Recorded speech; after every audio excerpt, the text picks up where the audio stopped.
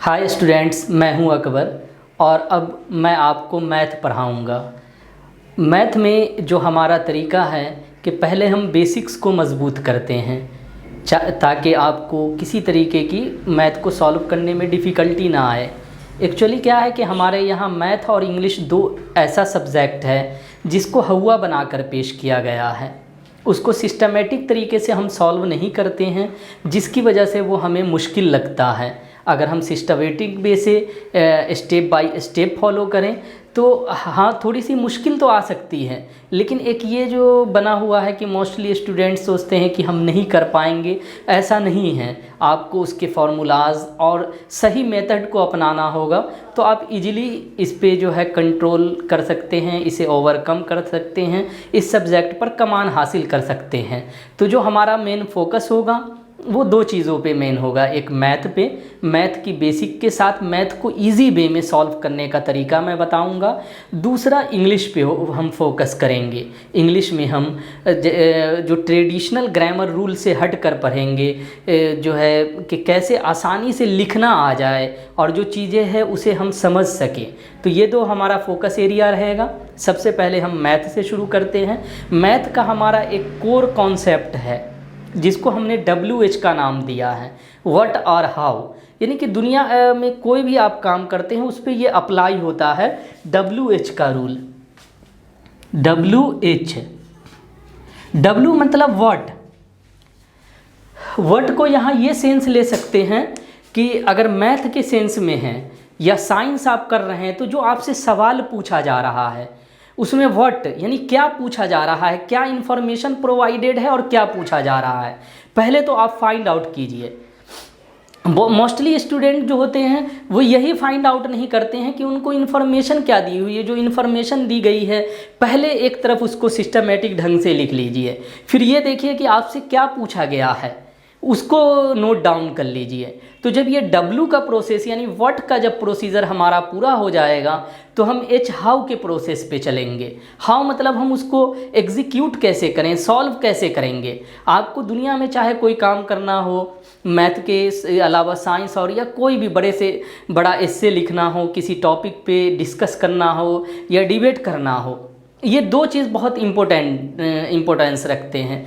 क्योंकि W से पहले आइडेंटिफाई करना होगा आपको कि इन्फॉर्मेशन क्या दिया गया है, और H हाउ यानी कि आपके पास मीन्स क्या हैं, आपके पास साधन क्या है, आपके पास सॉल्यूशन के क्या क्या वेज हैं।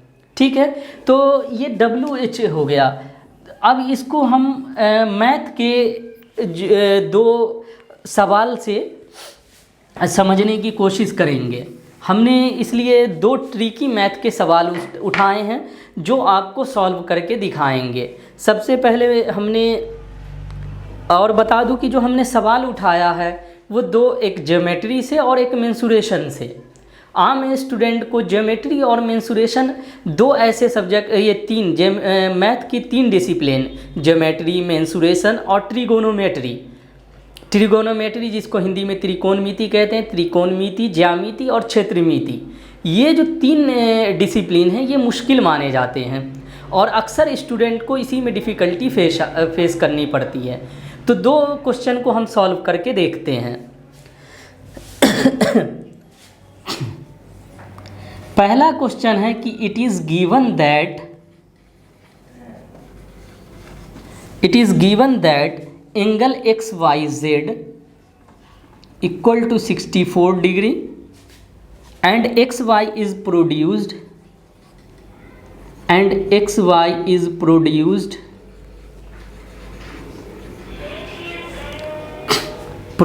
to point P.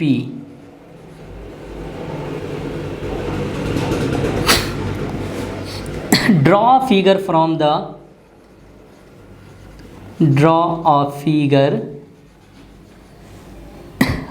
the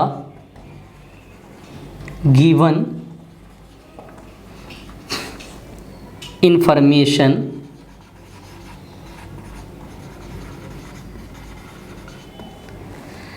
if ray by Q bisects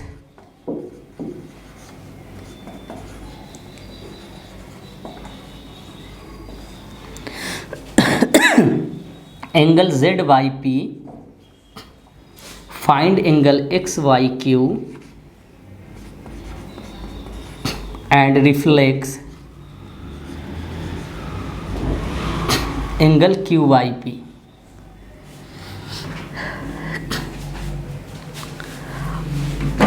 अब यहाँ पर पहला हम ये करेंगे कि इन्फॉर्मेशन को सॉर्ट आउट करेंगे, इन्फॉर्मेशन को छांट लेंगे कि क्या क्या दिया गया है, व्हाट इज़ गिवन। पहले हम उसको देखते हैं। तो यहाँ दिया एक चीज़ तो दे रखा है कि angle X Y Z 64 degree है। सेकेंड कह रहा है एक्स वाई प्रोड्यूस्ड। मैथ है जो है उससे रिलेटेड कुछ टर्म को भी समझना ज़रूरी है। जैसे यहाँ प्रोड्यूस बोलते हैं इंग्लिश में, तो आम तौर पर प्रोड्यूस का मतलब कुछ और होता है, कोई चीज़ पैदावार या कोई चीज़ तैयार करना के सेंस में। लेकिन मैथ में जब हम प्रोड्यूस बोलते हैं तो उसका मतलब बढ़ाना। जैसे कह रहा है कि X Y is produced to point P, यानी एक्स वाई को पी पॉइंट तक बढ़ाया है। ये कोई लाइन है, अभी यहाँ तक थी और उसको यहाँ तक बढ़ा दिया गया। खैर अभी हम ड्रॉ करेंगे तो देखेंगे। तो ये दो इन्फॉर्मेशन हो गई और कह रहा है ड्रॉ फिगर, वो तो करेंगे ही हम। इफ रे by Q bisects, by Q bisects, पहले हम लिख लेंगे, चाहे तो एक पॉइंट में ले ले कि गिवन क्या क्या गिवन है हमें। कह रहा by Q bisects angle Z by P. यहाँ पे बाइसेक्ट का मतलब समझ लीजिए, मैथ में एक टर्म आता है इंटरसेक्ट। इंटरसेक्ट का मतलब जैसे हिंदी में तो कहते हैं कि प्रतिच्छेद करता है, यानी उसको काटता है। अब बाइसेक्ट का मतलब दो बराबर बराबर भाग में एक एंगल को बाइसेक्ट करने का मतलब है कि अगर कोई एंगल 100 डिग्री का है और वो बाइसेक्ट हो रहा है तो इसका मतलब उसका एक हिस्सा 50 हो जाएगा और दूसरा हिस्सा 50 हो जाएगा, दोनों बराबर बराबर। और ट्राइसेक्ट का मतलब होता है 3 बराबर पार्ट में बांटना। अगर मान लिया 90 डिग्री का एंगल है, वो ट्राइसेक्ट हो रहा है, तो तीनों पार्ट 30 डिग्री का हो जाएगा। तो यहाँ बाइसेक्ट कर रहा है बाई क्यू। अगर हमें जेड वाई पी मालूम हो जाएगा तो अभी वो करेंगे हम। तो इतना जो है वो हमें इन्फॉर्मेशन प्रोवाइड की गई है कि एक्स वाई जो है वो पी को ये तक प्रोड्यूस है, by Q bisects Z Y P है।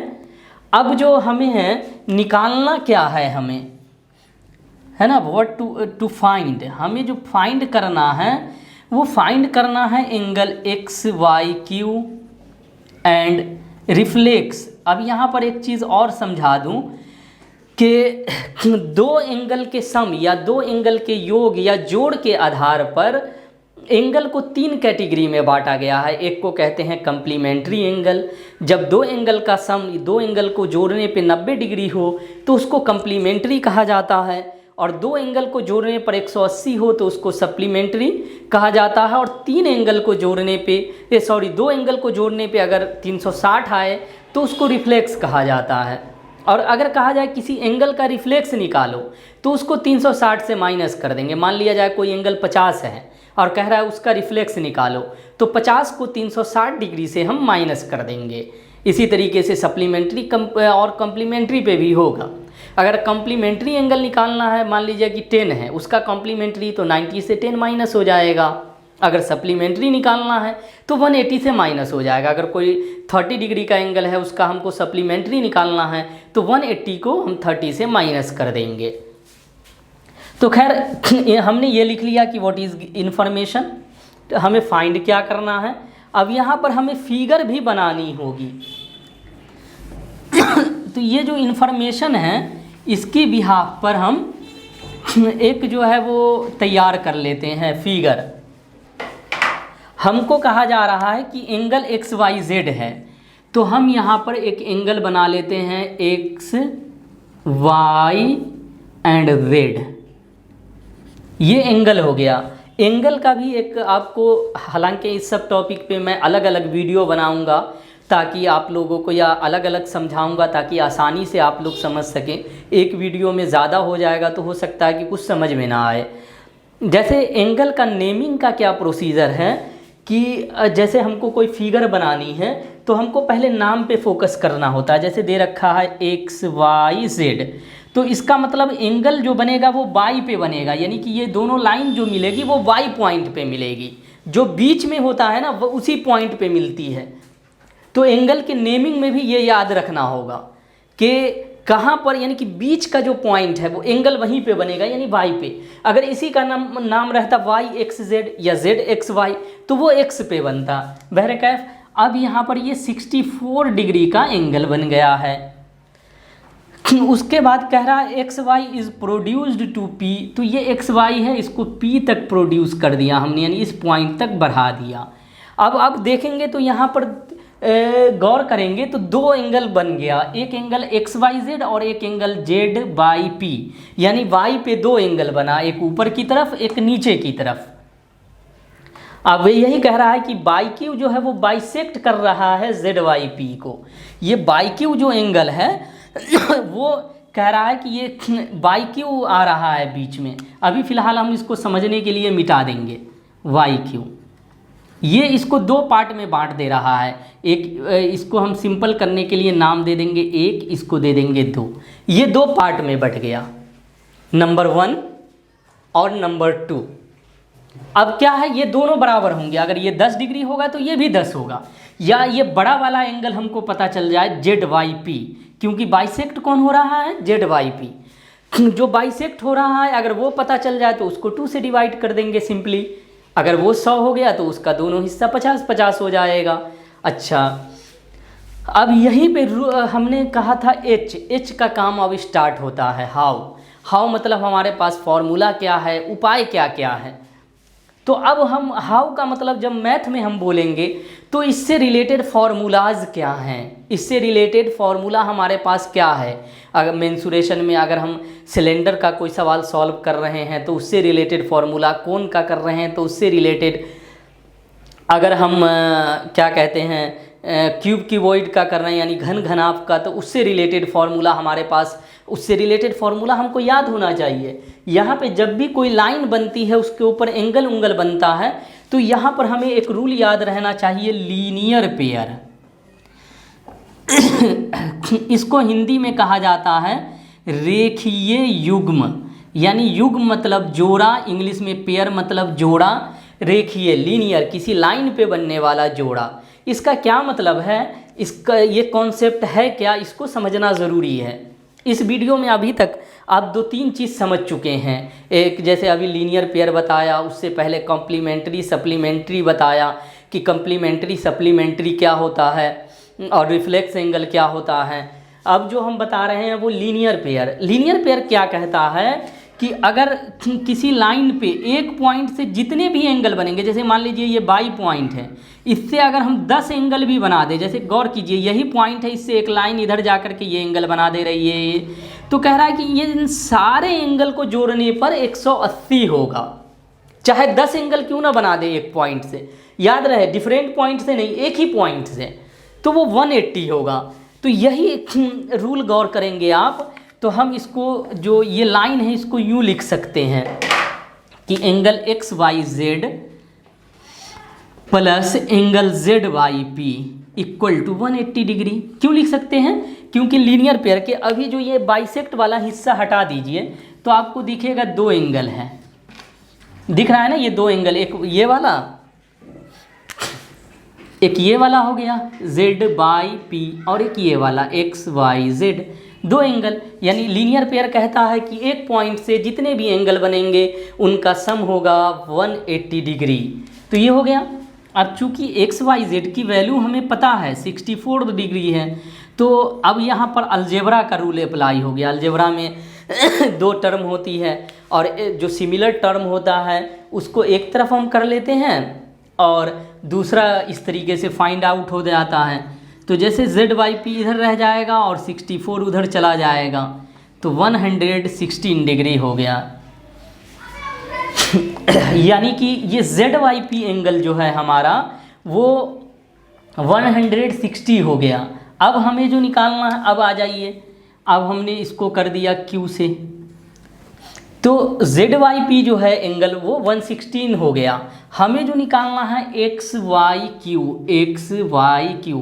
गौर करेंगे एक्स वाई क्यू में 2 एंगल बन रहा है, एक इधर 64 और ये, तो चूंकि अब ये बड़ा वाला एंगल हमको पता चल चुका कि 116 है, तो ये दोनों बराबर बराबर हो जाएंगे, यानी 116 का अगर आधा कर देंगे आप, जैसे कि ये पी वाई क्यू जो है और क्यू वाई जेड जो है, ये दोनों 116 से डिवाइड होके 58 डिग्री हो गया, यानी ये भी 58, ये भी 58।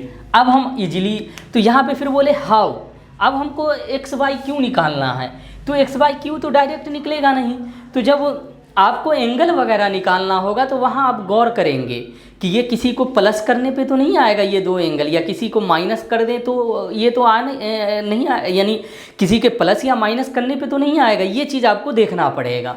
जैसे कि हम यहाँ पर देख रहे हैं कि एक्स वाई क्यू निकालना है हमें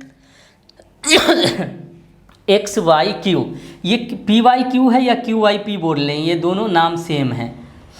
खैर अभी हम जो निकाल रहे हैं एक्स वाई क्यू, तो गौर करेंगे कि ये एंगल एक्स वाई क्यू जो है वो angle X Y Z plus angle Q Y Z को प्लस करने पे आ जाएगा, तो equal to X Y Q equal X Y Z है 64 डिग्री और क्यू वाई जेड है 58 डिग्री, तो 8 4 12 और 6 5 11 1 22, यानी कि एक्स वाई क्यू जो हो गया वो हमारा हो गया 122।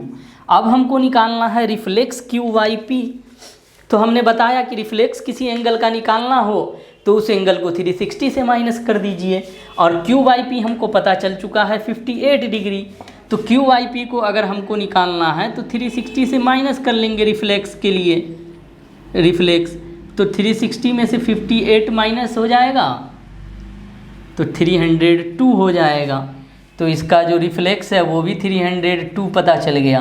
तो ये दो एंगल हमारे हो गए, और ये इस तरीके से हमने जो है इसको सॉल्व कर लिया। तो एक तरीका तो ये है, यानी कि इस तरीके से W और H को हमने फाइंड कर लिया, यानी किसी भी चीज़ को पहले फाइंड आउट करना है कि क्या क्या इन्फॉर्मेशन दी है, उससे रिलेटेड फार्मूला क्या है, और कुछ जो कोर चीज़ है वो याद रखनी है। एंगल है तो किस एंगल को जोड़ने पे क्या आएगा, किसको किससे माइनस करेंगे, किससे किसको डिवाइड करने पे क्या आएगा, ये चीज़ें हमें क्लियर होनी चाहिए। हम खुद से ट्राई करके देखेंगे। दूसरा क्वेश्चन मेंसुरेशन से है, उसमें ये पूछा गया है, वो एक फील्ड को रिलेटेड है, एक फील्ड का एरिया है। जैसे कह रहा है और rectangular field is 112 metre long. Number 2 सवाल है, और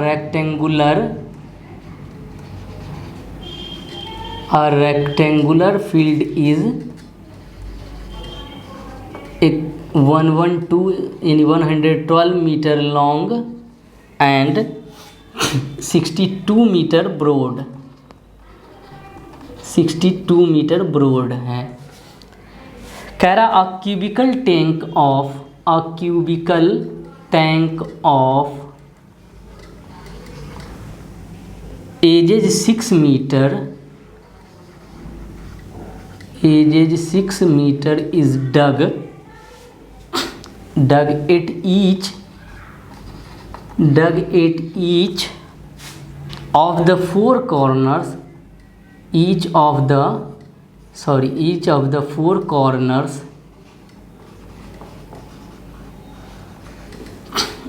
of the field and the solid so removed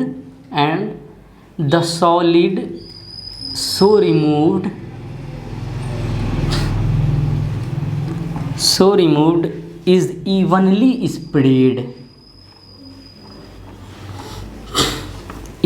spread on the remaining field.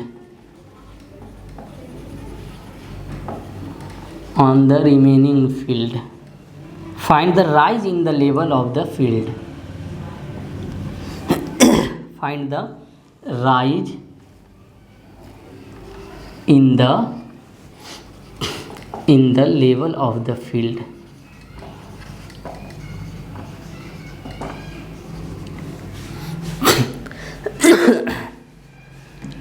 यहाँ पर आपको एक चीज़ पहले बता दूं कि मेंसुरेशन या ज्योमेट्री की कुछ शेप होती हैं, तो वो सेम जैसे रेक्टेंगल है। रेक्टेंगल एक ऐसी शेप को कहते हैं जिसमें लेंथ और ब्रेड्थ हो। जैसे ये बोर्ड है, तो इसमें ये लेंथ है और ब्रेथ है ये। खैर इसको क्यूबॉइड भी बोला जा सकता है क्योंकि इधर से इतनी इसकी मोटाई भी हो गई। या बोर्ड का सिर्फ ऊपरी हिस्सा समझ लीजिए, इसको हम कह सकते हैं रेक्टेंगल। यानी रेक्टेंगल में सिर्फ लेंथ और ब्रेथ होगा, मोटाई हाइट नहीं होगा। ठीक है, ये तो इसका कॉन्सेप्ट था। अब यहाँ देख लेते हैं हम क्या दिया हुआ। एक रेक्टेंगुलर फील्ड है, यानी एक फील्ड बना लेते हैं, ये ABCD इस तरीके का कोई फील्ड है और ये फील्ड जो है वो है 112 मीटर लॉन्ग ये, और कह रहा है कि 62 मीटर जो है ये ब्रॉड है। अब कह रहा है कि इसके चारों कोने पे 6-6 मीटर का क्यूबिकल टैंक खोद दिया गया है। अब क्यूबॉइड जो होता है, सॉरी 6 मीटर इधर, क्यूबॉइड को समझ लेना ज़रूरी है। यानी क्यूब का मतलब होता है कि ऐसी फिगर जिसमें 3 साइड हो, लंबाई हो, चौड़ाई हो, ऊंचाई, तीनों बराबर हो, और उसका वॉल्यूम भी होता है। वॉल्यूम के मतलब कि उसके अंदर कोई चीज़ रखी जा सकती है, जैसे बोतल है, अगर ये मान लिया ये थर्मस है, इसके अंदर जितना पानी आ जाएगा वो इसका वॉल्यूम है। तो वॉल्यूम जो होगा वो उसके अंदर ही, उस फिगर के अंदर होगा जिसमें लेंथ विड्थ के साथ साथ हाइट भी हो। यानी कि सिंपल जो ज्योमेट्रिकल फिगर हैं जैसे रेक्टेंगल हैं, स्क्वायर हैं, तो उसके अंदर कोई चीज़ हम रख नहीं सकते, तो उनके अंदर वॉल्यूम नहीं होता। लेकिन क्यूबॉइड की शेप है तो उसके अंदर मोटाई होगी, यानी कोई चीज़ आ सकता है। जैसे ये पानी है इसके अंदर, तो अब ये कह रहा है कि ये खेत था। अब ये चीज़ तो क्लियर है कि खेत के अंदर जब गड्ढा खोदेंगे, टैंक को ये गड्ढा समझ लो कि गड्ढा खोदा, तो जो गड्ढा खोदेंगे तो उसकी मिट्टी निकलेगी, और वो मिट्टी पूरे में फैला दी गई है खेत में। तो खेत में जब मिट्टी फैलाएंगे तो अब एक एक्सपेक्ट बढ़ जाएगा, वहाँ उसमें ऊंचाई भी आ जाएगी, यानी वो क्यूबॉइडल शेप का बन जाएगा। तो कह रहा है कि उसकी ऊंचाई क्या होगी, जो मिट्टी डाल देंगे, अब जो मिट्टी डाली जाएगी तो उसकी ऊंचाई क्या होगी। तो सिंपली अब देखिए कि अगर हम क्यूबॉइड की बात करें, घनाभ की बात करें, अगर मान लिया कि उसमें उसका जो वॉल्यूम का फॉर्मूला होता है वो होता है L into B into H, लंबाई इंटू चौड़ाई इंटू ऊंचाई, ये सिंपल फार्मूला होता है उसका। अब जैसे कि अगर हमको वॉल्यूम पता चल जाए कि 100 है और लंबाई पता चल जाए कि 10 है, चौड़ाई 5 है, तो हम h इजीली निकाल लेंगे। हम जानते हैं अलजेब्रा में कि मल्टीप्लाई को इधर उठा के लाते हैं तो वो डिवाइड बन जाता है, यानी h equal 100/50 that will be 2 हो जाएगा। तो अगर वॉल्यूम पता चल जाए, इसी का मैं कह रहा हूँ कि हाउ पे गौर करते हैं। जैसे हमने फार्मूला लिख दिया, अगर इस फील्ड को का वॉल्यूम हमें निकालना हो तो अब क्योंकि मिट्टी जो डल गई है तो अब इसका वॉल्यूम तो बन चुका है, तो अगर इसका वॉल्यूम निकालना हो तो हम लिखेंगे L into B into H. Volume अब कैसे निकालेंगे वो मैं बताऊंगा। L 112 हो जाएगा, B जो है वो 62 हो जाएगा, तो H पता चल सकता है। अब वॉल्यूम कैसे आएगा इसका, तो गौर कीजिए, ये गड्ढा था, ये गड्ढा के अंदर जितनी मिट्टी थी, तो एक गड्ढा के अंदर जितनी मिट्टी थी, यानी इस थर्मस के अंदर जितना पानी है वो इसका वॉल्यूम माना जाएगा। तो उस गड्ढा को खोदा गया और उसके अंदर जितनी मिट्टी थी वो उसका वॉल्यूम हो गया। और चूंकि 4 गड्ढे की मिट्टी इस खेत में फैलाई गई है, तो चारों गड्ढे का जितना वॉल्यूम होगा वो इस अब जो है वो खेत का वॉल्यूम बन जाएगा। और हम जानते हैं कि किसी क्यूब का, यानी घन का, जिसकी तीनों भुजा, तीनों साइड बराबर होता है, उसका वॉल्यूम हम निकालते हैं 6। जैसे कि इसको यहाँ पे 4 है तो 4 इंटू ए क्यूब या साइड क्यूब करते हैं। और यहाँ पर एक चीज़ और आ जाएगा, यहाँ पे क्या एक चीज़ हो गई है कि अब जो इसका सरफेस एरिया है ये थोड़ा कम हो जाएगा, L इंटू बी, क्योंकि इसमें गड्ढा भी खोदा गया है। तो गड्ढे का जो सरफेस एरिया होगा, यानी क्यूबॉइड का सरफेस एरिया 6 स्क्वायर होता है, तो 4 इंटू 6 स्क्वायर माइनस हो जाएगा और फिर h होगा। ये हमने इसलिए माइनस किया कि ये इतना तो कट गया, इतना सरफेस एरिया तो अब हट चुका है, फील्ड का नहीं रहा अब, तो वो हम हटा देंगे। क्योंकि मिट्टी जो डलेगी अब इसके अंदर तो डलेगी नहीं, यहाँ डलेगी, यहाँ डलेगी, यहाँ डलेगी, इसको छोड़ के, तो इतना सरफेस एरिया जो है वो उसमें से माइनस हो जाएगा। अब 4 इंटू ए क्यूब कर देंगे, साइड जो है इसका 3 से क्यूब हो जाएगा, क्योंकि यहाँ पर इसकी साइड 6 है। अच्छा, यहाँ हो जाएगा 112 इंटू 62, इस इधर भी हम कर सकते हैं 112 और 62 का मल्टीप्लाई, 2 2 ज़ 4, 2 1 ज़ 2, 6 2 ज़ 12,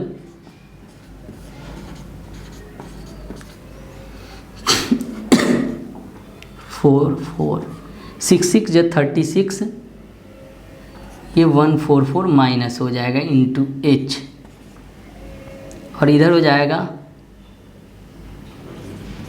216 0,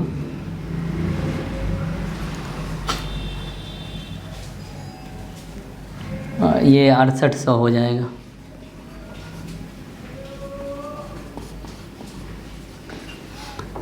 इंटू एच, ये मीटर में है अभी।